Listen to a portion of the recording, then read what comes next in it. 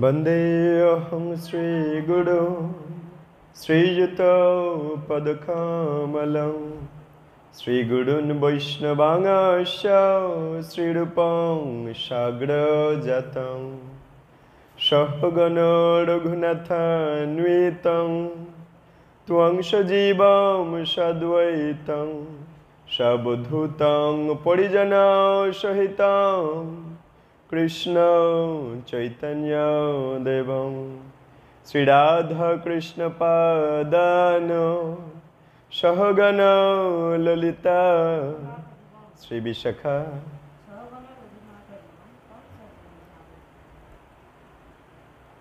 सहगण रघुनाथान्वितं तं सजीवं सद्वैतं सावधूतं परिजनसहितं कृष्ण चैतन्य देवं श्री राधा कृष्ण पादान सहगण ललिता श्री विशाखा नितांश्च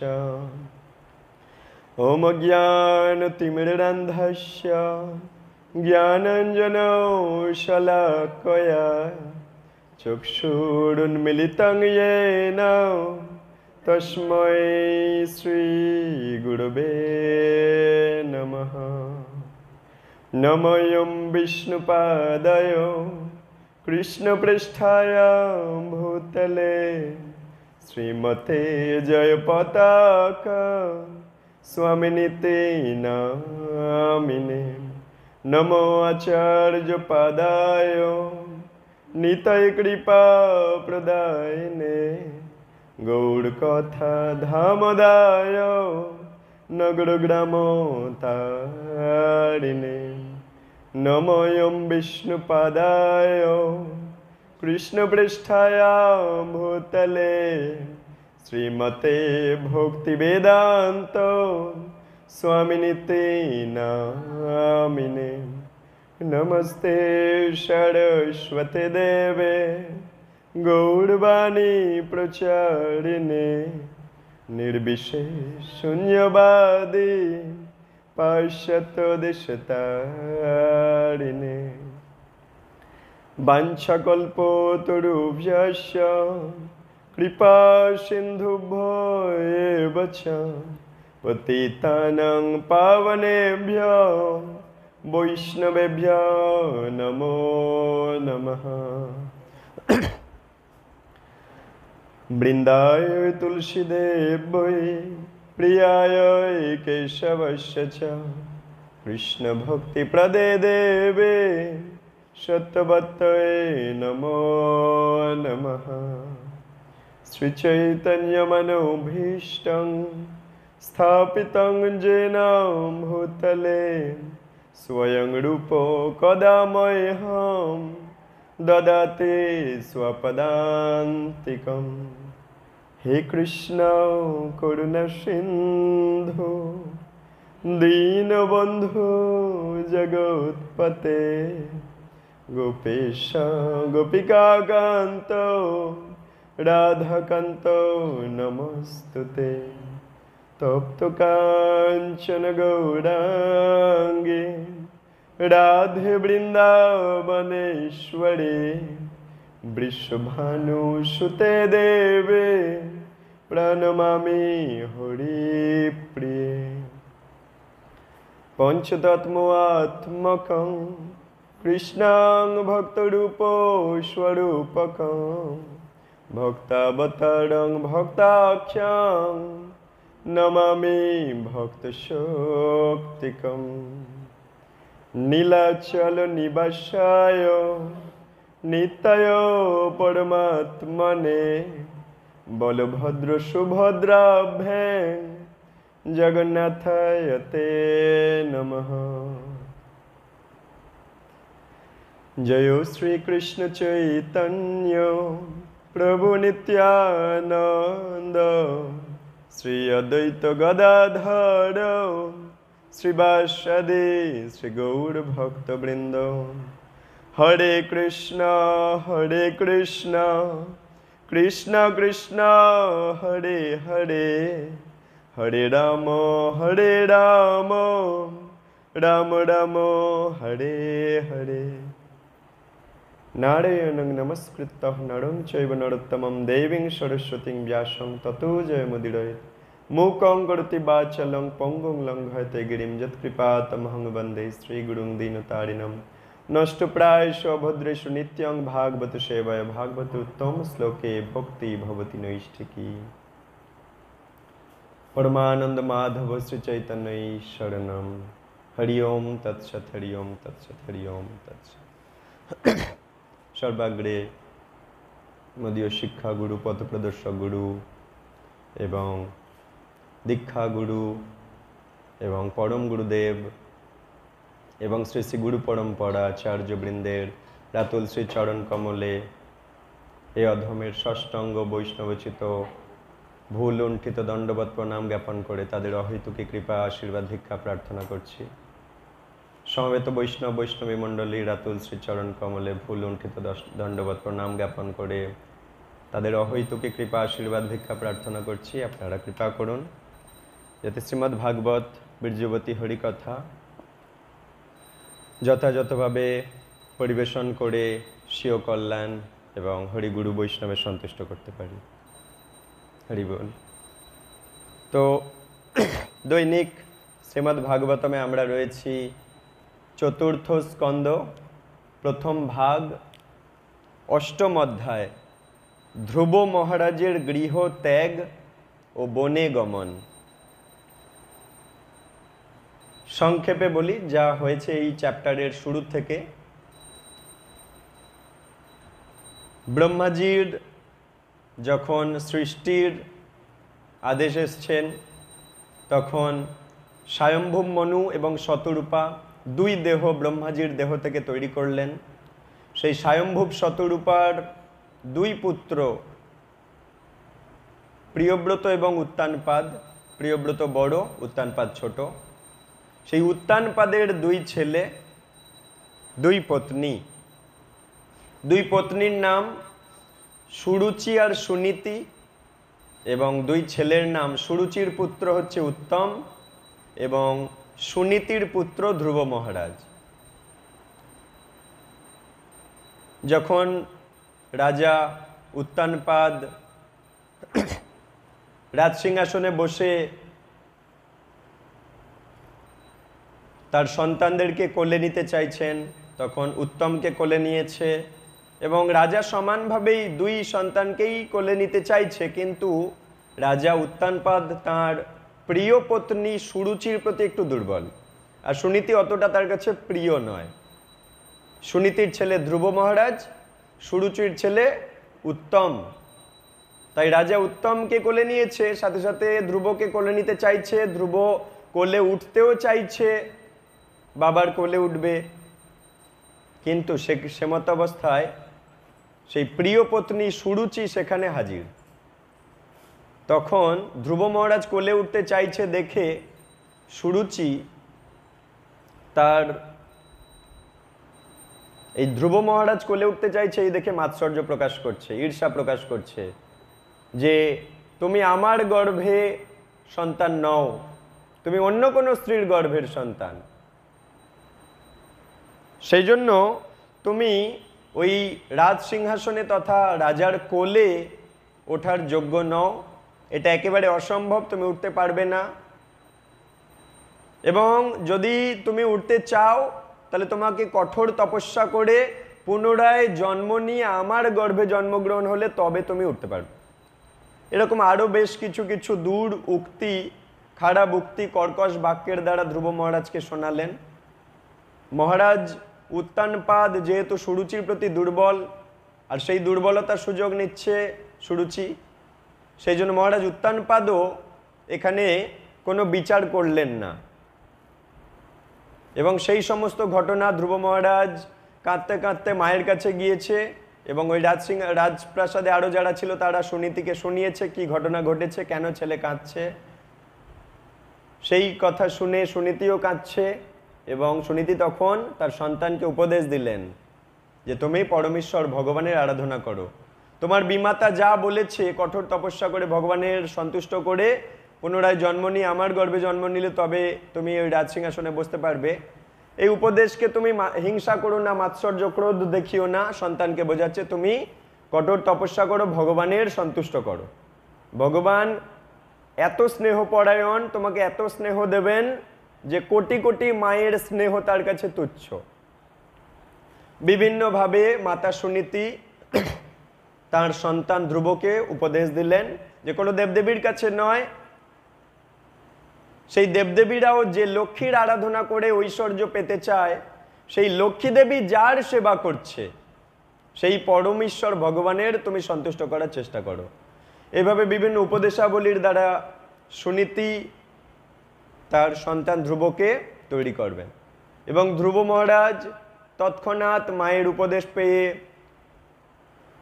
সেই রাজ সিংহাসন রাজপ্রাসাদ ছেড়ে বনে চলে যেতে চাইবে। ক্ষত্রিয়ের ছেলে, আত্মসম্মানে ঘা লেগেছে, 5 বছরের একটা বালক, কিন্তু ক্ষত্রিয়ের তেজ এমন, ওই 5 বছরের বালকের কাছে মান সম্মান অপমান খুব দামি, এটা ক্ষত্রিয়ের তেজ। সেই হেতু সে চলে যাচ্ছে রাজগৃহ ত্যাগ করে। তা যখন এখানে একটা গুরুত্বপূর্ণ শিক্ষা গতকাল সন্ধ্যায় উঠেছিল, যখন কোনো ভক্ত এই ভক্তি পথে এগোতে চায়, খুব নিষ্ঠা দেখাচ্ছে, হৃদয়ে পরমাত্মা রূপী ভগবান বসে আছে, সে দেখতে পাচ্ছে যে এই জীবটা, এই ব্যক্তিটা, এই মানুষটা, এই বালকটা, এই বালিকাটা, এই পুরুষটা, এই স্ত্রীটা বা যে কোনো জীব যে কিনা ভক্তি জীবনে এগোতে চাইছে, ভগবানকে পেতে চাইছে, খুব নিষ্ঠাপরায়ণ, ভক্তি জীবনে আধ্যাত্মিক পথে উন্নতি করতে চাইছে, তখন পরমাত্মা তাকে সাহায্য করবার জন্য, হৃদয়েই বসে আছে পরমাত্মা, তাকে সাহায্য করবার জন্য তার প্রিয় প্রতিনিধি তথা প্রিয় ভক্ত বা সদ্গুরুদেব রূপী প্রতিনিধি তার জীবনে পাঠিয়ে দেন, যার কৃপায় সে তার নিজের দেহ পবিত্র করে ভক্তি জীবনে প্রবেশ করে আধ্যাত্মিক উন্নতি করতে পারে। এই জন্য কোনো জীব যদি নিষ্ঠাবান হয় ভক্তি জীবনে এগোবে বলে, হৃদয়ে পরমাত্মা তার কাছে পাঠিয়ে দেন ভগবানের শুদ্ধ ভক্ত বা প্রতিনিধি এবং তার জীবনে সাহায্য করেন সেই প্রতিনিধি, তার আধ্যাত্মিক উন্নতি হয়। এই জন্য গোড়াই দরকার আমাদের নিষ্ঠা, যে সত্যিই আমি ভক্তি জীবনে এগোতে চাইছি, যদি চাই তাহলে নিষ্ঠা থাকলে ভগবানই আমার কাছে আমার জীবনে সদ্গুরুদেব পাঠিয়ে দেবেন, প্রতিনিধি পাঠিয়ে দেবেন, যার থেকে শিক্ষা পাবো, দীক্ষা পাবো, সব কিছু পাবো। তো আজ আমরা প্রবেশ করছি শ্লোক সংখ্যা 29-এ, যেখানে আমরা ধীরে ধীরে জানব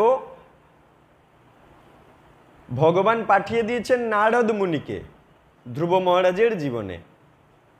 নারদ মুনি এমন ভক্ত, উনি ত্রিকালজ্ঞ, প্রত্যেকটা মানুষের হৃদয়ে প্রবেশ করে গিয়ে হৃদয়ে কি হচ্ছে জানতে পেরে যান, অতীত বর্তমান ভবিষ্যৎ জানতে পারেন। ভগবানের কৃপায় এই দাসীপুত্র, পূর্বের জন্মে ওই নারদ মুনি দাসীপুত্র ছিল, এই দাসীপুত্র আজ ত্রিকালজ্ঞ ভগবানের শ্রেষ্ঠ ভক্ত হয়ে গেছেন নারদ মুনি। ইনি যখন যেখানে চাইবে এই পুরো সৃষ্টিতে, কি গোলক, কি বৈকুণ্ঠ, কি জড়জগতের চতুর্দশ ভুবন, যে কোনো জায়গায় যখন যেখানে চাইবেন, যে কোনো জীবের হৃদয়ে অনুপরমাণুর মধ্যেও নারদ মুনি প্রবেশ করে যাওয়ার ক্ষমতা রাখেন, ভগবানের বিশেষ কৃপা ওনার প্রতি, তাই উনি এটা করতে পারেন। সেই নারদ মুনি চলে এসেছে ধ্রুব মহারাজের কাছে। এসে গত কয়েকটা শ্লোকে নারদ মুনি বলছেন, সেই ধ্রুব 5 বছরের বালকের মাথায় হাত রেখে বলছে নারদ মুনি, আহা, ক্ষত্রিয়ের তেজ কি অদ্ভুত, তারা তাদের সম্মানের অল্প হানিও সহ্য করতে পারে না। অনুমান করে দেখুন, এই বালকটা একটা ছোট শিশু, কিন্তু তা সত্ত্বেও তার বিমাতার খারাপ উক্তি তার কাছে অসহ্য হয়ে গেছে। যদি ওই বালক এখন খেলাধুলায় মত্ত থাকার কথা, মান সম্মানের অত কেয়ার করার কথা নয়, কিন্তু ক্ষত্রিয়ের ছেলে তো, তাই মান সম্মান গায়ে লেগে গেছে। নারদ মুনি ধ্রুব মহারাজকে বলছে, ছোট্ট বাচ্চাকে বলছে, 5 বছরের বালক, তাকে বলছে, হে বৎস, তুমি একটা বালক মাত্র, যার এখন খেলাধুলায় আসক্ত থাকার কথা, তোমার সম্মানহানিকর কথায় তুমি এইভাবে বিচলিত হচ্ছ কেন? বোঝাচ্ছে গুরুদেব রূপী নারদ মুনি শিষ্যরূপী ধ্রুব মহারাজকে বোঝাচ্ছে, পরীক্ষা নিচ্ছে। কেন? উনি এসেছে কিন্তু ধ্রুবকে কৃপা করার জন্য। সদ্গুরুদেব আমাদের জীবনে আসে এবং শিষ্যদেরকে পরীক্ষা নেয় যে আমি সত্যি সত্যি ভক্তি জীবনে এগোতে চাইছি কিনা, নাকি ফাঁকিবাজি করছি, ছলনা করছি, সেটা দেখতে চান। ঠিক তেমনি নারদমুনি ধ্রুবকে পরীক্ষা নিচ্ছে যে এইটুকু বালক তুমি, তোমার এখন খেলাধুলা করার বয়স, হ্যাঁ, তুমি এই পথে কেন এগোতে চাইছো, ইত্যাদি প্রবৃত্তি। হে ধ্রুব, তুমি যদি মনে করো তোমার আত্মসম্মান হানি হয়েছে, তাহলেও তোমার তো অসন্তোষের কোনো কারণ নেই। এই প্রকার অসন্তুষ্টি তো মায়ার আর একটা লক্ষণ। এই যে তুমি বিচলিত হয়েছো, এটা তো মায়ার লক্ষণ। প্রত্যেকটা জীব তার পূর্ব জন্মের কর্ম অনুযায়ী এই জন্মে সুখ বা দুঃখ, সম্মান বা অপমান পাবে, এতে বিচলিত হয় না জ্ঞানী জীব।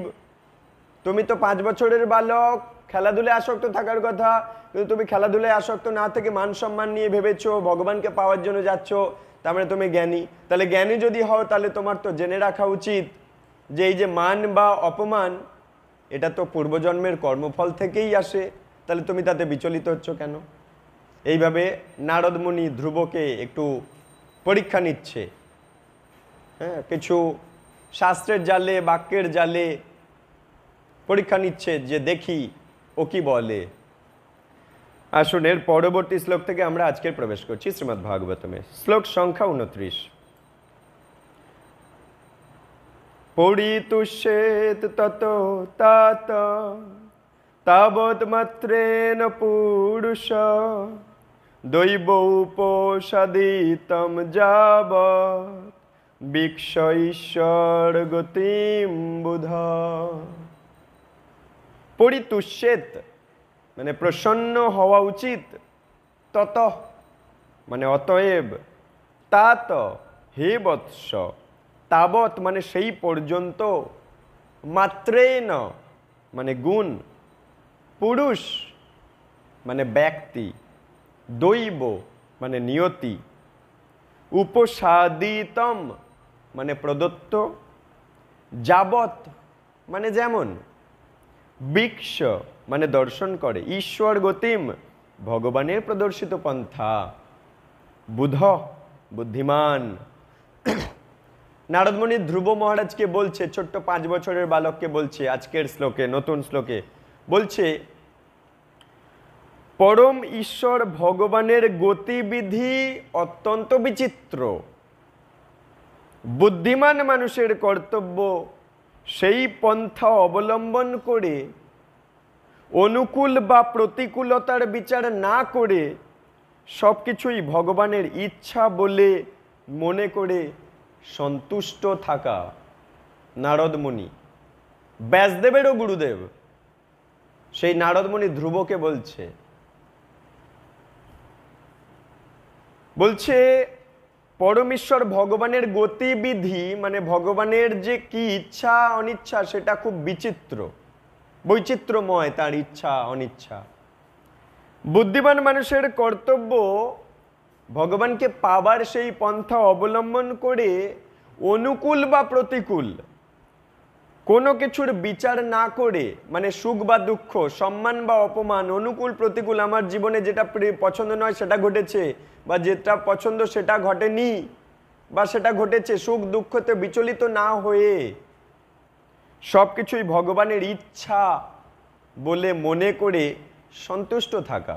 কেউ প্রিয়জন বিয়োগ হয়ে গেছে, তাও ভগবানের ইচ্ছা বলে মনে করে সন্তুষ্ট থাকা।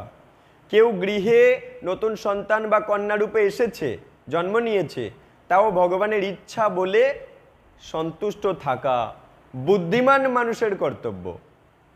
আর যারা বোকা, তারা এগুলোতে বিচলিত হবে, জড় জগতের ঘটনাতে বিচলিত হবে। কোনো কিছু হারিয়ে গেছে, খোয়া গেছে, হ্যাঁ, আদালতে হেরে গিয়েছে বা জিতেছে, যে কোনো যে ঘটনা ঘটুক না কেন এই জড় জগতের জীবনে, সব কিছুই ভগবানের ইচ্ছা বলে মনে করে সন্তুষ্ট থাকা এবং ভগবানকে প্রাপ্তির পথে ভক্তি জীবনকে আঁকড়ে ধরে থাকা। এই সুখে বা দুঃখে বিচলিত হয়ে ভক্তিপথকে ছেড়ে দেওয়া উচিত নয়। নারদ মুনি সেই শিক্ষা ধ্রুব মহারাজের মাধ্যম দিয়ে জগৎবাসীকে প্রদান করছেন। শ্রীল প্রভুপাদকৃত তাৎপর্য। মহর্ষি নারদ ধ্রুব মহারাজকে উপদেশ দিচ্ছেন সমস্ত পরিস্থিতিতেই সন্তুষ্ট থাকা উচিত। এই যে ওর জীবনে যে অপমানের ঘটনা ঘটলো, বলছে তোমার জীবনে অপমানের ঘটনা ঘটলেও তোমার সন্তুষ্ট থাকা উচিত, ওটাই ভগবানের ইচ্ছা বলে মনে করা উচিত। কারণ ওটা ঘটেছে বলেই না তুমি ভগবানকে পাবার পিছনে আরো দৌড়াচ্ছ। তাই ভগবান যেটা করেন মঙ্গলের জন্য। তোমার বিমাতা যদি তোমায় গালি না দিত, কটু কথা না বলতো, তাহলে তুমি কি ভগবানকে পাবার জন্য এত নিষ্ঠা তোমার দৃঢ় হতো? তাই ভগবান পরম মঙ্গলময়, যা কিছু করেন আমার জীবনে আলটিমেটলি আমার কল্যাণের জন্য করেন। 9টায় হবে। যারা বুদ্ধিমান তাদের জানা উচিত যে দেহাত্ম বুদ্ধির ফলে আমাদের এই সুখ বা দুঃখ ভোগ করতেই হবে। কারণ আমরা এখন জড় জগতে আছি, জড় দেহর মধ্যে আমার আত্মা এখন বাস করছে। তাই জড় দেহের ওপরে এই জড় জগতের সুখ বা দুঃখ আছড়ে পড়বে। যিনি দেহাত্ম বুদ্ধির অতীত হয়ে গেছেন, যিনি বুঝতে পেরে গেছেন আমি আত্মা, আমি গোলকবাসী, ভূলোকবাসী নই, আমার আসল ঘর গোলক, আমার আসল দেহ সচ্চিদানন্দ, রক্ত মাংসের দেহ নয়, এবং সেই দেহ আমি পাবো যদিও বর্তমানে আমি রক্ত মাংসের দেহে আটকে আছি। এই রক্ত মাংসের দেহেই আমি ভজন সাধন করব এবং ভগবান কথা দিয়েছেন মৃত্যুর পর আমায় তার কাছে নিয়ে যাবেন, যেখানে গেলে আর পুনরায় ফেরত আসতে হবে না। যদ্গত্যা ন নিবর্তন্তে তদ্ধাম পরমং মম, সেই আমার পরম ধাম যেখানে গেলে পুনরায় ফিরে আসতে হবে না। তাই আমি এই রক্তমাংসের দেহে বর্তমানে আটকে আছি ঠিকই, কিন্তু এই রক্তমাংসের দেহ দিয়ে আমি ভজন সাধন করতে পারি, আর সেটা আমি করব এবং তার ফলে আমার পরম কল্যাণ হবে আমার আত্মার। এই জ্ঞান যার জেগেছে তাকে বলে দেহ বুদ্ধির অতীতে সে চলে গেছে, দেহ বুদ্ধির মধ্যে আটকে নেই, আত্মা বুদ্ধির মধ্যে প্রবেশ করে গেছে। তাই তাকে বলে আত্মতত্ত্ব জ্ঞানী, নিজের তত্ত্ব সে নিজে বুঝতে পেরে গেছে।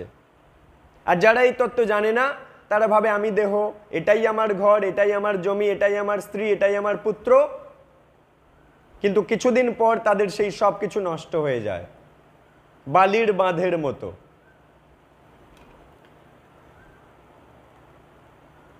তাই যে এই দেহাত্ম বুদ্ধির অতীত চিন্ময় চেতনা পেয়ে গেছে তিনি বুদ্ধিমান হয়ে গেছেন। তাই জন্য বলে কৃষ্ণ ভক্ত বড় চতুর, বলেনি অন্যান্য ভক্তরা বড় চতুর। ওই জন্য বলছে কৃষ্ণ ভক্ত বড় চতুর, কারণ কৃষ্ণ ভক্ত কৃষ্ণ তত্ত্ব জ্ঞান পেয়ে গেছে, সেই নকল দেহ আর আসল আত্মার তফাৎ বুঝতে পেরে গেছে, নকল ঘর আর আসল ঘর, নকল জগৎ আসল জগতের তফাৎ বুঝে গেছে, তাই সে চতুর হয়ে গেছে। তাই তার জীবনের প্রত্যেকটা কার্যকলাপ আসলে এই জগৎ ছেড়ে বেরোনোর প্রস্তুতি। সে ঘুম থেকে ওঠে এবং রাত্রে ঘুমাতে যায়, তার মাঝখানে যত কার্যকলাপ করে এবং নিদ্রার মধ্যেও যত স্বপ্ন দেখে, সব কিছু কার্যকলাপ প্রতি মুহূর্তে মুহূর্তে সে কিন্তু এই জড়জগৎ থেকে বেরোনোর প্রস্তুতি নিচ্ছে। আর যারা যারা কৃষ্ণতত্ত্ব জ্ঞান পায়নি তারা কিন্তু এই জড়জগতে আটকে পড়ারই প্রস্তুতি নিচ্ছে, পুনরায় জন্ম নেবার প্রস্তুতি নিচ্ছে। ভগবত ভক্ত সমস্ত প্রতিকূল অবস্থাকে ভগবানের আশীর্বাদ বলে মনে করে। হরি কৃপা, যত আমার জীবনে প্রতিকূল অবস্থা মানে খারাপ অবস্থা, যেগুলো আমার পছন্দ নয় সেগুলো আসছে, কিন্তু যে ভগবানের ভক্ত সে জানে ওগুলো আমাকে আরো ভক্তি জীবনে দৃঢ় বানানোর জন্য ভগবান দয়া করে দিচ্ছেন। যেমন ডাক্তারবাবু একজন ক্যান্সার পেশেন্টকে কেমোথেরাপি দেন, কেন দেন? ধীরে ধীরে তাকে রোগ মুক্ত করার জন্য। যে বুদ্ধিমান পেশেন্ট সে জানে ডাক্তারবাবু আমার উপর কষ্ট দিচ্ছেন ঠিকই ভবিষ্যতে আমাকে সুস্থ রাখবার জন্য, কিন্তু যে মূর্খ রোগী সে বলবে ডাক্তারবাবু খুব অত্যাচারী, আমাকে পেয়ে নিরীহ আমি রোগী বলে আমাকে পেয়ে অত্যাচার করছে, সে বোকা রোগী। কিন্তু যে বুদ্ধিমান রোগী সে জানে ডাক্তারবাবু যা করছেন আমার কল্যাণের জন্য করছেন। একইভাবে আমরা যদি বুদ্ধিমান হই, ভগবানের ভক্ত হই, তাহলে আমার জীবনে যা অনুকূল প্রতিকূল যাই ঘটুক না কেন আমি জানবো ভগবান আমাকে কৃপা করে দিচ্ছেন আমার জীবনে। ভক্ত যখন দুঃখ দুর্দশার সম্মুখীন হয় তখন তিনি তা ভগবানের কৃপা বলে মনে করেন, তার দেহ তার মন বুদ্ধির দ্বারা ভগবানকে বারবার প্রণাম নিবেদন করেন সেই দুঃখ পাবার পরেও। আর যারা বুদ্ধিমান নয় তারা ভগবান দুঃখ দিয়েছে বলে ভগবানকে গালি দিয়ে ভগবানের ভক্ত ছিল যেটুখানি ভক্তি সেটুখানি নষ্ট করে ফেলে। তাই আমরা শাস্ত্র থেকে বুঝে নেব যে আমার জীবনে যাই ঘটুক না কেন তাতে ভগবানকে গালি দিয়ে কোনো লাভ নেই। ভগবান দয়াময়, তাই দয়া করে আমার জীবনে ওই ঘটনাগুলো ঘটাচ্ছে যাতে করে তাঁর চরণ আমি আরো দৃঢ়ভাবে আঁকড়ে ধরতে পারি। অতএব বুদ্ধিমান মানুষের কর্তব্য হচ্ছে সর্বতোভাবে ভগবানের কৃপার উপর নির্ভর করে সর্বদা সন্তুষ্ট থাকা। পরবর্তী শ্লোক 30। অথমাত্রা উপদিষ্টেন যোগেন অবরুরুৎসসি যৎপ্রসাদম সবৈ পুংসাম দুরারাধ্য মতঃ মম। অথমাত্রা উপদিষ্টেন যোগেন অবরুরুৎসসি যৎপ্রসাদম সবৈ পুংসাম দুরারাধ্য মতঃ মম। অথমাত্রা উপদিষ্টেন যোগেন অবরুরুৎসসি যৎপ্রসাদম সবৈ পুংসাম দুরারাধ্য মতঃ মম। অথ মানে অতএব, মাত্রা মানে মাতার দ্বারা, উপদিষ্টেন উপদিষ্ট হয়ে, যোগেন যোগ সমাধির দ্বারা, অবরুরুৎসসি উন্নতি সাধন করতে চাও, যৎপ্রসাদম যাঁর কৃপায়, স মানে তা, বই মানে নিশ্চিত ভাবে, পুংসাম মানে জীবের, দুরারাধ্য মানে অনুষ্ঠান করা অত্যন্ত কঠিন, মতঃ মানে মত, মম মানে আমার। শোনো, শ্রী নারদ মুনি ধ্রুব মহারাজকে 5 বছরের বালককে বলছে, তুমি তোমার মাতার উপদেশ, মাতার নাম কি? সুনীতি। ধ্রুবর মাতা সুনীতি, উত্তমের মাতা সুরুচি। এই উত্তম আর ধ্রুব দুজনারই পিতা উত্তানপাদ। উত্তানপাদের পিতা স্বয়ম্ভুব মনু, মাতা শতরূপা। স্বয়ম্ভুব মনু শতরূপার পিতা ব্রহ্মা।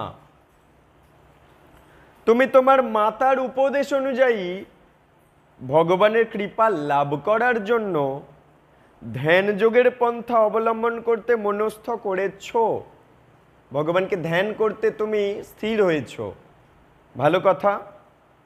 কিন্তু আমার মতে কোনো সাধারণ মানুষের পক্ষে এই প্রকার তপশ্চর্যা সম্ভব নয়। নারদ মুনি পরীক্ষা নিচ্ছে ধ্রুবকে, বলছে তুমি মায়ের কথা অনুযায়ী ভগবানকে লাভ করার জন্য ধ্যানের পথ বেছে নিয়েছ, ভগবান হৃদয়ে পরমাত্মা, তাকে ধ্যান করছো, ভালো কথা। কিন্তু আমার মতে কোনো সাধারণ মানুষের পক্ষে এই প্রকার তপশ্চর্যা সম্ভব নয়। পরমেশ্বর ভগবানকে সন্তুষ্ট করা অত্যন্ত কঠিন। নারদ মুনি বলছে, দেখি ওর মন বিচলিত হয়ে যায় কিনা, পরীক্ষা নিচ্ছে। যেমন আমাদের ইস্কন থেকে দীক্ষা নিতে গেলে, গুরু চরণ পেতে গেলে শ্রী গুরুদেব তার প্রতিনিধির মাধ্যমে আমাদেরকে পরীক্ষা নিয়ে ঝাড়াই বাছাই করে নেন, জমি পরিষ্কার করে রেডি করে নেন, তারপর ভক্তিলতার বীজ সেই জমিতে দান করে। একইভাবে আমাদের হৃদয় জমি পরিষ্কার হয়েছে কি হয়নি সেটা বাছাই করে নেন শ্রী গুরুদেবের প্রতিনিধি যদি মনে করেন যে হ্যাঁ পরিষ্কার হয়েছে জমি, কোল কোপানো হয়েছে, চাষবাস দেওয়া হয়েছে, মাটি একদম রেডি, তখন শ্রী গুরুদেবকে তিনি বলে দেন যে হ্যাঁ ইনি প্রস্তুত, বলে সই করে দেন, গুরুদেবের কাছে পাঠিয়ে দেন। শ্রী গুরুদেব তখন ভক্তিলতার বীজ দান করেন। আর এই প্রতিষ্ঠানের উদ্দেশ্য, এই দেবীপুর রাধারাস বিহারী নামট্ট মন্দির, এই প্রতিষ্ঠানের উদ্দেশ্য ওই যোগ্য জমি বানিয়ে দেওয়া, দীক্ষার আগের প্রস্তুতি করিয়ে দেওয়া, যাতে করে সে দীক্ষা পাবার উপযুক্ত শিষ্য হতে পারে। দীক্ষা দান করবেন শ্রীধাম মায়াপুরে শ্রী গুরুদেব। এখানে দীক্ষা হয় না, কিন্তু এখানে তৈরি করে দেওয়া হয়, পড়াশোনা করিয়ে দেওয়া হয়, শিক্ষা দিয়ে দেওয়া হয়। কিভাবে ভগবানের সেবা পূজা করতে হয়, কিভাবে সমস্ত কিছু মন্ত্র থেকে শুরু করে আরতি, কীর্তন, ভজন, সাধন সব কিছু শিখিয়ে দেওয়া হয়। প্রশ্ন উত্তর থেকে শুরু করে গ্রন্থ অধ্যয়ন করানো থেকে শুরু করে সমস্ত কিছু শিখিয়ে দেওয়া হয়। কিভাবে মঙ্গল আরতি, কিভাবে তুলসী আরতি করতে হয়, কিভাবে নৃসিংহ আরতি করতে হয়, কিভাবে ভোগ আরতি, কিভাবে সন্ধ্যা আরতি ইত্যাদি প্রভৃতি এখানে শিক্ষাদান করা হয়। তাই যারা এই রেকর্ডিং চলছে, যারা এই শিক্ষা লাভ করবার জন্য, সদ্গুরু প্রাপ্তির জন্য, নিজেকে যোগ্য করার জন্য অনুসন্ধান করছেন, তারা দেবীপুর রাধারাস বিহারী নামহট্টের সাথে নিয়মিত যুক্ত থাকবেন, শিক্ষা লাভ করার চেষ্টা করবেন, নিজেকে যোগ্য করবার জন্য নিয়মিত যুক্ত থেকে নিজের জীবন ধন্যাতি ধন্য করবেন। শ্রীল প্রভুপাদকৃত তাৎপর্য। নারদমুনি এমন বলল যে ভগবানকে সন্তুষ্ট করা খুব কঠিন, তুমি ধ্যানযোগের পথ অবলম্বন করেছো, সাধারণ মানুষ ওটা করে উঠতে পারে না, জানো? নারদমুনি বলছেন। এখন শ্রীল প্রভুপাদকৃত তাৎপর্য। ভক্তিযোগের পন্থা, যুগপথ অত্যন্ত কঠিন এবং অত্যন্ত সরল, একই সাথে দুটোই। প্রভুপাদ বলছেন এই ভক্তির পথ একাধারে কঠিন আবার একাধারে সরল। পরম গুরু নারদ মুনি ধ্রুব মহারাজকে পরীক্ষা করে দেখছিলেন ভক্তির অনুশীলনের ব্যাপারে তিনি কতটা বদ্ধপরিকর, নাকি এর সব কথা বললে ওই বাচ্চা ছেলেটা আবার খেলাধুলা করতে বাড়ি চলে যাবে। তাই ভগবানকে পেতে গেলে এই খেলাধুলা থেকে শুরু করে যত জড়জাগতিক সুখ স্বাচ্ছন্দ্য আমাদের, সেগুলোর থেকে দূরে গিয়ে আমাদের ভগবানকে পাবার জন্য চেষ্টা করতে হবে। তাই তিনি পরীক্ষা করে দেখছেন এই বাচ্চাটা কতটা নিষ্ঠা পরায়ণ, দেখি তো। শিষ্য গ্রহণের এটাই হচ্ছে বিধি, শিষ্য গ্রহণের এটাই নিয়ম, শিষ্যকে চেকিং করে নেওয়া। এই জন্য ইস্কন করে কি, শিক্ষাদান না করে দীক্ষা দান করে না। তাকে 6 মাস 1 বছর 16 মালা জপ করছে কিনা দেখি, প্রসাদ ভিন্ন অন্য কিনা গ্রহণ করছে কিনা দেখি। প্রভু হরে কৃষ্ণ, ধন্যবাদ প্রণাম। প্রসাদ ভিন্ন অন্য কিছু গ্রহণ করছে কিনা দেখি, এইভাবে চেকিং করে নেয় 1 বছর 2 বছর ধরে পরীক্ষা নিরীক্ষা নিয়ে, তার জীবনে সে পরিবর্তন আনিয়েছে কিনা, গ্রন্থ অধ্যয়ন করছে কিনা, মঙ্গল আরতি ভোরবেলা উঠছে কিনা, সেবা কার্য করছে কিনা, চেকিং করে 2 বছর ধরে, 1 বছর ধরে চেকিং করে, 3 বছর ধরে, 4 বছর ধরে চেকিং করে। যে যত ধীর গতিতে এগোয় তার গুরুদেব পেতে তত দেরি হয়। যে যত নিষ্ঠা পরায়ণ, যত সুন্দরভাবে ভক্তি জীবনে সেবা পরায়ণ, শিক্ষা লাভ করছে, অনুশীলন করছে, চেষ্টা করছে, কৃষ্ণ তার জীবনে তত তাড়াতাড়ি সদ্গুরুদেব পাঠিয়ে দেন। এটাই হচ্ছে বিধি। পরম ঈশ্বর ভগবানের নির্দেশে নারদ মুনি এসেছে ধ্রুব মহারাজের কাছে তাকে দীক্ষা দেওয়ার জন্য। তবুও তিনি ধ্রুব মহারাজকে পরীক্ষা করে দেখছেন। দীক্ষা যাকে তাকে দেয় না, সস্তায় বস্তা বস্তা দীক্ষার কোনো ভ্যালু নেই, কিন্তু প্রকৃত দীক্ষা লাভ করা একটু কঠিন। তাই ধ্রুব মহারাজকে পরীক্ষা করে দেখছে সেই পন্থা, ভগবানকে পাবার পন্থা, ভক্তি পন্থা অনুশীলন করতে তার সংকল্প কতটা দৃঢ়, দেখছে তার নিষ্ঠাটা কতটা সৎ নিষ্ঠা, দৃঢ় নিষ্ঠা, বজ্রের মতো দৃঢ় নিষ্ঠা কি না, নাকি দুদিন পরে কেউ এসে বলবে আজে বাজে কথা আর ভগবানের পথ ছেড়ে দেবে। সেই জন্য চেকিং করে নিচ্ছে ধ্রুব মহারাজকে। কিন্তু এও সত্য যে নিষ্ঠাবান ব্যক্তির পক্ষে ভক্তির পন্থা অত্যন্ত সরল। শ্রীল প্রভুপাদ তাৎপর্যের প্রথমেই বললেন ভক্তির পন্থা এক দৃষ্টিকোণ দিয়ে কঠিন, আবার এক দৃষ্টিকোণ দিয়ে সরল। যে নিষ্ঠার দিক দিয়ে দুর্বল তার কাছে ভক্তি জীবন অত্যন্ত কঠিন, পাহাড় সমান। কিন্তু যে নিষ্ঠার দিক দিয়ে বজ্রের মতো দৃঢ় নিষ্ঠাবান তার কাছে ভক্তি জীবন অত্যন্ত সরল, মাখনের মতো। তাই আমরা ভক্তি জীবনকে যদি সরলভাবে পেতে চাই তাহলে নিষ্ঠা আমাদের কঠিন করতে হবে, আর ভক্তি জীবনকে যদি কঠিন পেতে চাই তাহলে নিষ্ঠা দুর্বল করতে হবে। তাহলে আমরা কি করতে চাই? নিষ্ঠা, ভগবানকে পাবার জন্য অত্যন্ত নিষ্ঠা, এটা এই ব্রতে আমরা দৃঢ় হব, তাহলে ভক্তি জীবন আমাদের কাছে অত্যন্ত সরল হয়ে যাবে। তাই যারা ভগবানকে পাবার প্রতি নিষ্ঠা নেই, এক সপ্তাহ অমেধ্য বস্তু না খেয়ে থাকার পর আবার সেই অমেধ্য বস্তু খায়, গ্রহণ করে। কেন? ভগবানকে পাবার নিষ্ঠা অত নেই, তাই টলে যায়।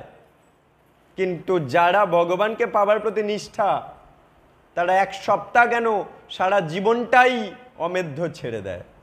অমেধ্য বস্তু যেগুলো খেতে নেই, রক্ত মাংস, মলমূত্র, কফ, থুতু, বীর্য, এইসব বের তৈরি দেহ কেটে কেটে খাচ্ছে সিদ্ধ করে,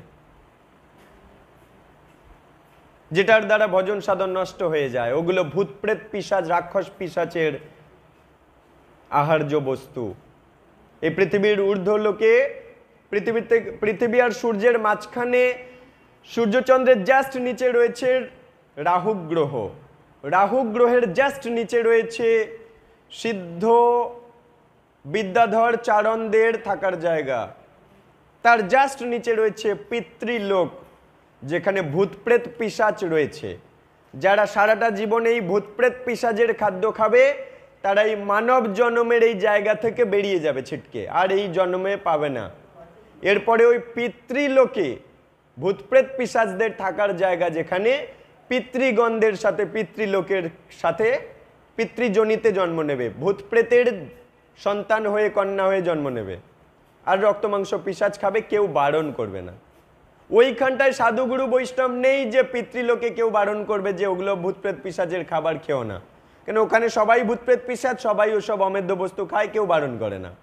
কিন্তু ভূলোকে তো সাধুগুরু বৈষ্ণব আছে, মানব, পশু পাখি, কীট পতঙ্গ সবাই আছে। এখানে ভক্তি করার জায়গা, এখানে খেলেই সাধুগুরু বৈষ্ণব বারণ করবে।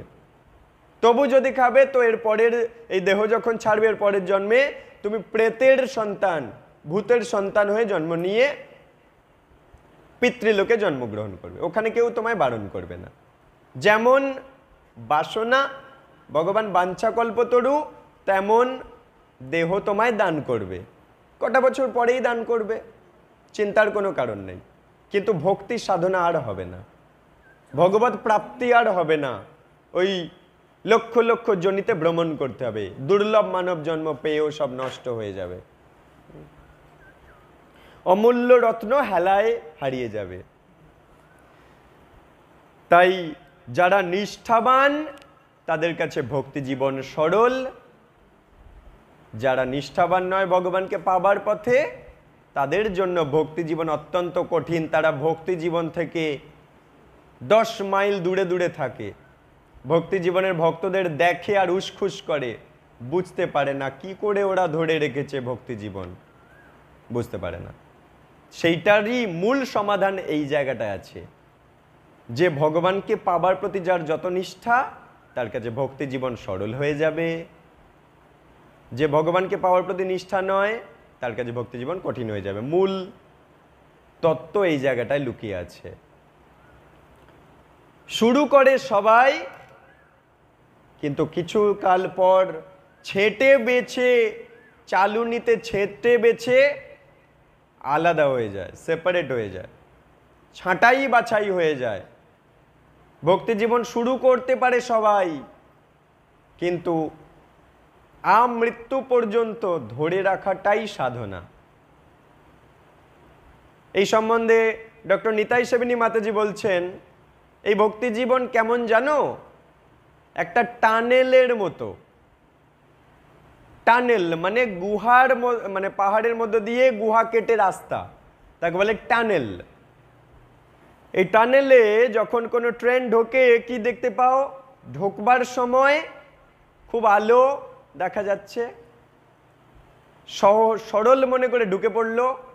এরপর যাচ্ছে তো যাচ্ছে, যাচ্ছে তো যাচ্ছে, পুরো অন্ধকার আর অন্ধকার, আগেও আলো নেই, পিছনেও আলো নেই। যেতে যেতে যেতে যেতে তবু যদি তার যাত্রা ধরে রাখে, তাহলে এক সময় সে আলো দেখতে পাবে। আমি বলছি না, ডক্টর নিতাই সেবিনী মাতাজি এটা ব্যাখ্যা করছেন। তো এবং সে তখন মাঝপথে বিচলিত যদি হয়ে যায়, কিংকর্তব্য বিমূঢ় হয়ে যাবে। সে কোন দিকে যাবে? জড়জগতের জীবনে ফিরত যাবে, নাকি আধ্যাত্মিক জীবন ধরে রেখে সেই জ্যোতির্ময় চিন্ময় গোলক ধামে যাবার জন্য সেই টানেলের পথটা বিশ্বাস রেখে এগিয়ে যাবে যে না, আমরা করব জয়, উই শ্যাল ওভারকাম, একদিন আমরা জয় করব, একদিন আমরা গোলক বৃন্দাবনে পৌঁছে যাব। ভগবানের কথায় বিশ্বাস যার আছে, সে ওই টানেল, ভক্তি জীবনের টানেলকে অতিক্রম করে যেতে পারবে। আর যার ভগবানের প্রতি বিশ্বাস নেই, মাঝে তো আটকে থাকতে পারবে না, তাকে আবার পুনরায়, বিশ্বাস নেই বুঝি, আরো যাব আরো যাব, কত যাব, যাচ্ছি তো যাচ্ছি, আলো দেখতে পাচ্ছি না কেন? বিশ্বাসের অভাবের কারণে সে আবার পুনরায় জড়জগতের জীবনে ফিরে এসে দাগা দাগা চাকা চাকা গ্রহণ করতে থাকে।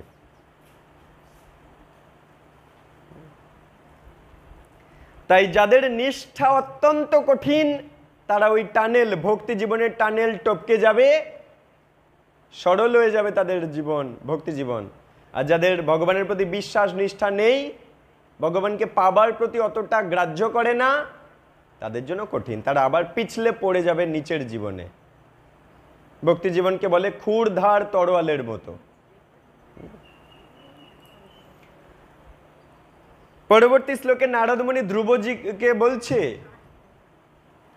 মুনয় পদবিম্জস্য নিঃসঙ্গেন উড়ু জন্মভি ন বিদু মৃগয়ন্ত অপি তীব্র যোগ সমাধিনা। এই ধ্রুব মহারাজের চরিত্র অধ্যয়নের শুরুতেই আমরা পেয়েছি। ধ্রুব চরিত্র যে শ্রবণ করে, তার ভক্তি জীবনে সে অনেক এগিয়ে যায়। ধ্রুবর জীবন এত তপস্যাময়, তার জীবন থেকে সে প্রেরণা পায়, ভক্তি জীবনের শক্তি পায়, ভক্তি জীবনের পুষ্টি পায়। নারদমুনি বলছে, সমস্ত জড় কলুষ রহিত হয়ে বহু তপস্যা করে এবং নিরন্তর সমাধিমগ্ন হয়ে বহু যোগী জন্ম জন্মান্তর ধরে চেষ্টা করা সত্ত্বেও ভগবানকে উপলব্ধি করার পথ খুঁজে পায়নি। নারদ মুনি পরীক্ষা নিচ্ছে। এরপর ধ্রুব যখন বলতে লাগবে না, গা কাঁটা দিয়ে উঠবে। নারদ মুনির প্রত্যেকটা কথা যখন খণ্ডন করবে, যথাযথ যুক্তি যখন দেবে ওই 5 বছরের বালক, আমাদের গা শিউড়িয়ে উঠবে। এই 5 বছরের বালক এত বড় ভক্ত, ইনি বলে কি? এখন নারদমুনি বলছেন, আমরা শুনছি, নারদমুনি বলছে জড় কলুষ রহিত, মানে জড় কলুষ ছেড়ে বহু তপস্যা করে নিরন্তর সমাধিমগ্ন হয়ে বহু যোগী জন্ম জন্মান্তর ধরে চেষ্টা করা সত্ত্বেও ভগবানকে উপলব্ধি করার পথ খুঁজে পায়নি। আর তুমি তো একটা বাচ্চা ছেলে মাত্র।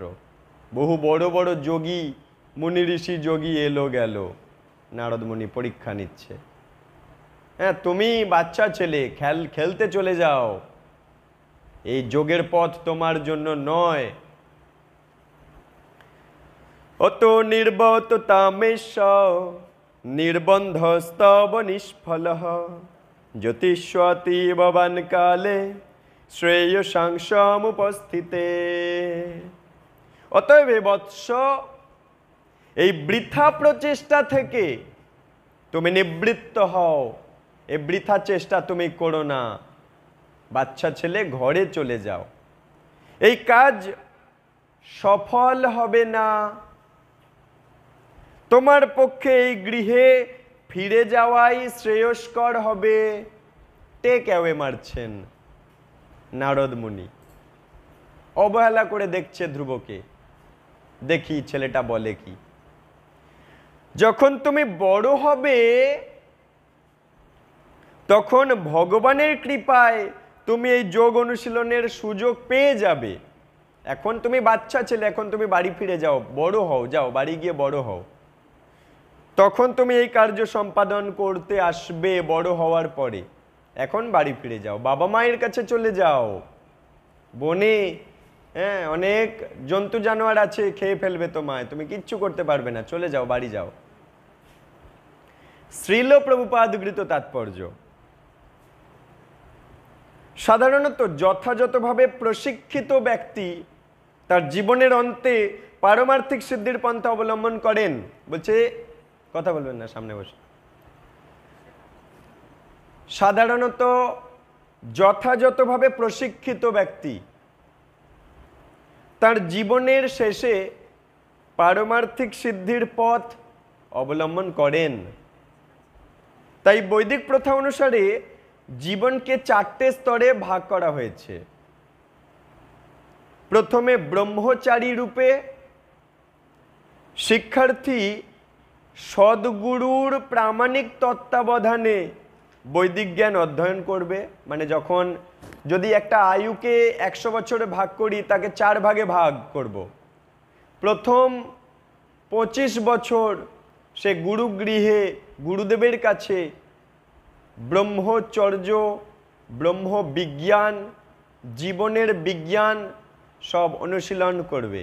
ভগবানকে পাবার বিজ্ঞান সব শিক্ষা লাভ করবে। এটাকে বলে শিক্ষা লাভের সময় বা জীবনের ভিত। একটা ছাদ পড়তে গেলে যেমন মাটি খুঁড়ে ভিত দিতে হয়, একইভাবে জীবনের ভিত, একটা জীবন সুষ্ঠুভাবে চলবে তার ভিত হচ্ছে ওই ব্রহ্মচর্য। শিক্ষা লাভের সময় 25 বছর সে শিক্ষা লাভ করবে। তারপর 25 থেকে 50 বছর বয়স পর্যন্ত গৃহস্থ আশ্রমে প্রবেশ করে বৈদিক নির্দেশ মেনে গৃহস্থের কর্তব্য সম্পাদন করবে। মাইন্ড ইট, গৃহমেধি নয়। গৃহমেধি মানে যে গৃহে কৃষ্ণ ভজন সাধন, কৃষ্ণ শিক্ষা অনুশীলন হয় না, সেই গৃহটা গৃহমেধি জীবন। সেই গৃহে যারা বাস করছে সবাই গৃহমেধি। আর যে গৃহটা কৃষ্ণ মন্দির, কৃষ্ণ শিক্ষা অনুশীলন হয়, কৃষ্ণ সেবা অনুশীলন হয়, ভজন কীর্তন হয়, সেই গৃহটাকে বলে গৃহস্থ আশ্রম। তাই গৃহমেধি জীবন, যেখানে কৃষ্ণ ভজন সাধন হয় না, সেই গৃহটা মন্দির নয়, শ্মশান। আর যে গৃহে কৃষ্ণ ভজন সাধন হয়, ডেড বডি ঢোকে না, তাকে বলে গৃহস্থ আশ্রম। ওটা আশ্রমে কখনো ডেড বডি ঢোকে না। আর যেটা শ্মশান, সেখানে ডেড বডি ঢোকে। একইভাবে দেহ মন্দির আর দেহ শ্মশান। যে দেহের মধ্যে ডেড বডি ঢোকে, মার্ডার করা হয় এবং ডেড বডি ঢোকে, সেই দেহটা দেহ শ্মশান। আর যে দেহে প্রসাদ প্রবেশ করে, সেই দেহটা মন্দির। তারপর গৃহস্থ আশ্রম ছেড়ে, এই সরে যাও ওখান থেকে প্লিজ, এই সাইডে চলে আসেন। আপনি এই সাইডে আসেন, দরকারই নেই, যেমন বানাবে তেমনই থাকবে। হরিকথা ডিস্টার্ব করছেন কেন পাঠককে? এই সাইডে চলে আসেন দয়া করে। এখানে তোমাকে তো নির্দেশ দেওয়া হচ্ছে, এখানে আসেন।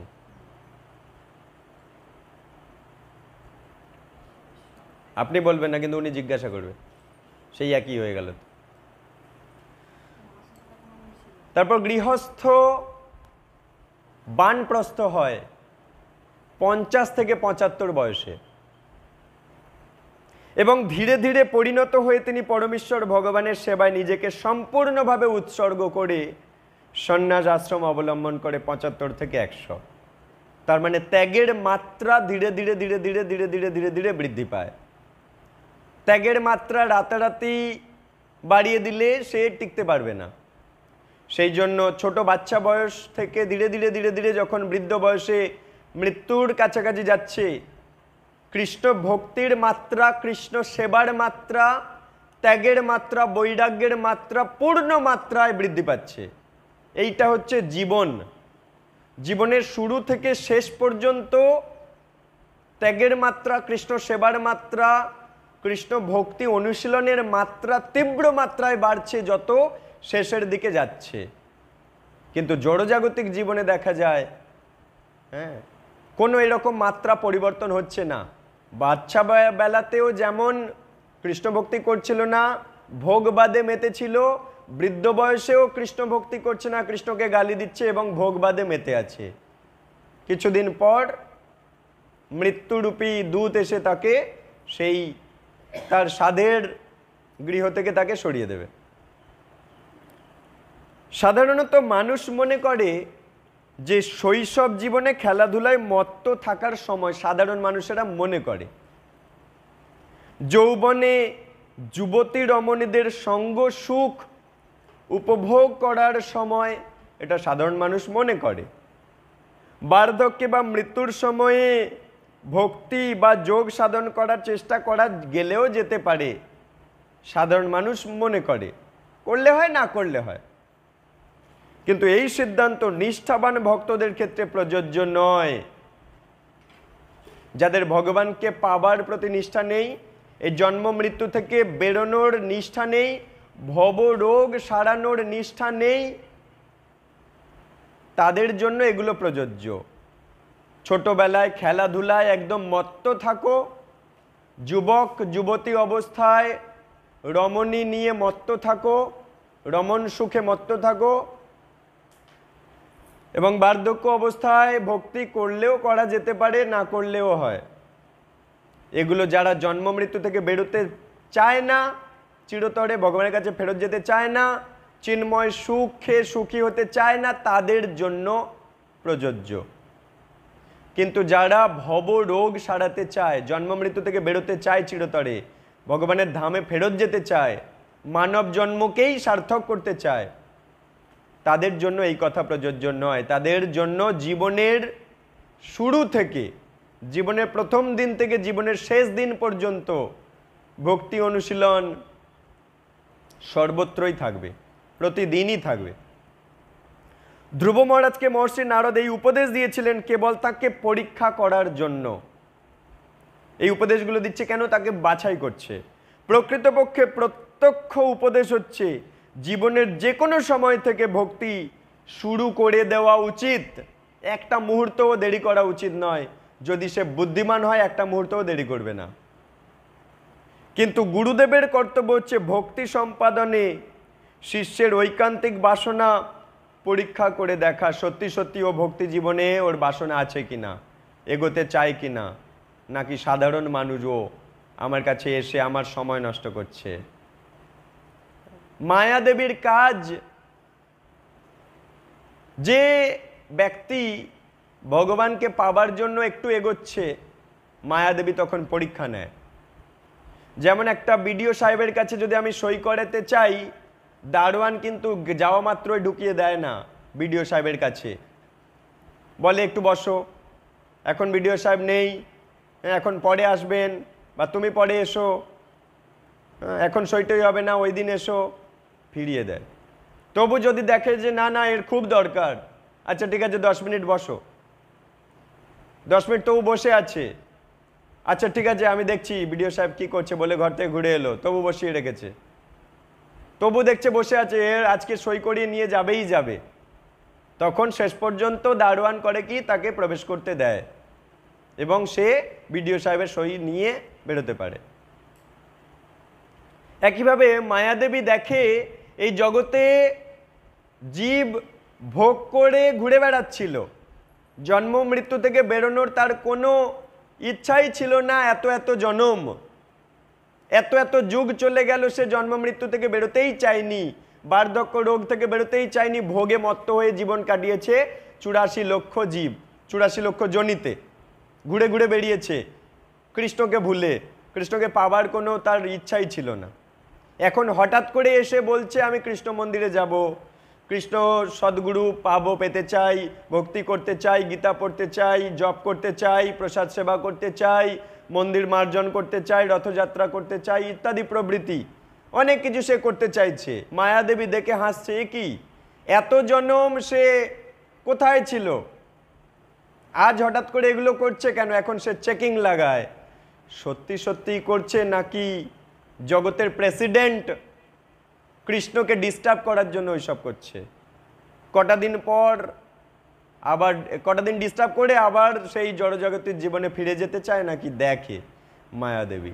এখন চেকিং লাগিয়ে দেয়। মায়াদেবী একদম হন্যে হয়ে তার পিছনে পড়ে যায়, কি করে একে অপমান করা যায়, কি করে বিভিন্ন লোকের দ্বারা একে টোন টিটকিরি মারা যায়। ও তিলক সেবা করেছিস বলে তার পিছনে টোন টিটকিরি লাগিয়ে দেয়, ওই মায়াদেবীই করায়। বিভিন্ন আশেপাশের ব্যক্তির দিয়ে তাকে বলে, ও বাবা কদিন আগে তুই এই করছিলিস, আজ এই করছিস, বলে বিভিন্ন প্রশ্নের সম্মুখীন করিয়ে দেয়, টোন টিটকিরি করিয়ে দেয়। ওই মায়াদেবীই আয়োজন করে। মায়াদেবী ওই সমস্ত আশেপাশের ব্যক্তিদের বলায়, তুই এটা বল, বলে ওর পিছনে লাগ। ওর ধুতি নতুন পড়া চালু করেছে, ধুতির কাছা খুলে দে। ওর শিখা রাখা চালু করেছে, ওর শিখা ধরে টান, দেখি কি করে। ও প্রসাদ পেতে চাইছে, বাধা দে, দেখি কি করে। তবুও যখন দেখে মায়াদেবী যে না না, এ তো নাছোড় বান্দা, এ লোকের কথা পরেরও কথায় কি বা আসে যায়, মিছে দাগা তুমি পেও না, এই কথাটা সে বুঝে গেছে। তাই ওকে যাই বলা হোক না কেন, যত পরীক্ষা নেওয়াই হোক না কেন, দেখা যাচ্ছে ও কৃষ্ণের চরণ খুব আঁকড়েই ধরতে শিখে গেছে।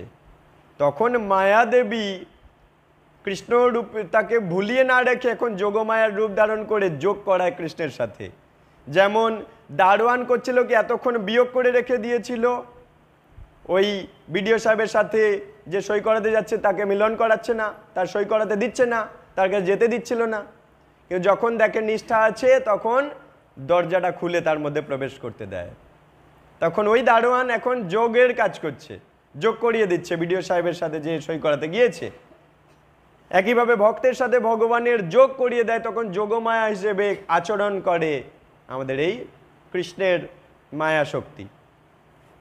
তখন বহিরঙ্গা শক্তি হয়ে যায় অন্তরঙ্গা শক্তি, মহামায়া শক্তি দেবী দুর্গা তখন হয়ে যায় যোগমায়া শক্তি, ভগবানের সাথে আমাদের যোগ করিয়ে দেন। এইভাবে পরীক্ষা নিয়ে তারপর তাকে দীক্ষা দেওয়া যেতে পারে। ব্রহ্মাণ্ড ভ্রমিতে ভ্রমিতে কোনো ভাগ্যবান জীব গুরু কৃষ্ণের কৃপায় পায় ভক্তির লতার বীজ, তখন সে ভক্তির লতার বীজটা পাবে। নইলে জমি আছে, সব আছে, কিন্তু ভক্তির লতা যদি না থাকে, বীজটা যদি না থাকে, লাভ কি আছে জমি থেকে? বা জমি চষে লাঙল দিয়ে সার ফেলে লাভ কি আছে যদি আমার কাছে বীজ না থাকে?